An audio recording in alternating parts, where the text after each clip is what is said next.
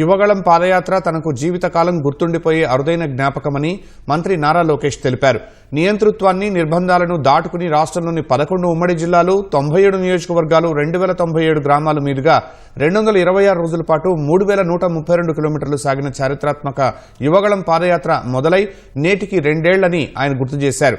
నాటి పాలకులు పాదయాత్ర ఆపడానికి చేయని ప్రయత్నం లేదన్న లోకేష్, వెహికల్ సీజ్ చేయడం దగ్గర నుంచి వాలంటీర్లను అరెస్టు చేయడం వరకు అనేక విధాలుగా ఇబ్బందులు పెట్టారని ఆరోపించారు. నాటి పాలకులు ఎన్ని అడ్డంకులు పెట్టినా ప్రజలు చూపించిన ప్రేమ తనను మరింత దృఢంగా మార్చిందన్నారు. పాదయాత్ర ప్రతి అడుగులో ప్రజల కష్టాలు చూశానన్న లోకేష్, ఆ రోజు చూసిన కన్నీటి గాథలు నేటికి తనకు గుర్తున్నాయన్నారు. ఇచ్చిన ప్రతి హామీ గుర్తుందని తెలిపారు. ప్రజల ఆకాంక్షకు తగ్గట్టుగా ప్రజాప్రభుత్వం పనిచేస్తుందన్నారు.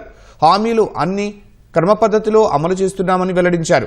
యువగళం పాదయాత్రలో ప్రత్యక్షంగా, పరోక్షంగా భాగమైన ప్రతి ఒక్కరికి తనను ఆదరించిన ప్రజలకు లోకేష్ ప్రత్యేక ధన్యవాదాలు తెలిపారు.